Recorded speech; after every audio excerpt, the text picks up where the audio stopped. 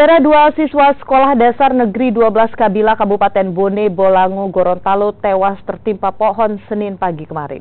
Peristiwa ini terjadi, saudara, saat persiapan upacara di halaman sekolah. Dua siswa Sekolah Dasar Negeri 12 Kabila Bone Bolango Gorontalo tewas ditimpa pohon beringin saat hendak persiapan upacara bendera. Dua siswa yang masih duduk di bangku kelas 2 ini meninggal dalam perjalanan saat dilarikan ke rumah sakit untuk mendapatkan pertolongan. Akibat kejadian ini, semua siswa langsung dipulangkan. Sementara pihak kepolisian hingga kini masih melakukan penyelidikan terkait kejadian ini.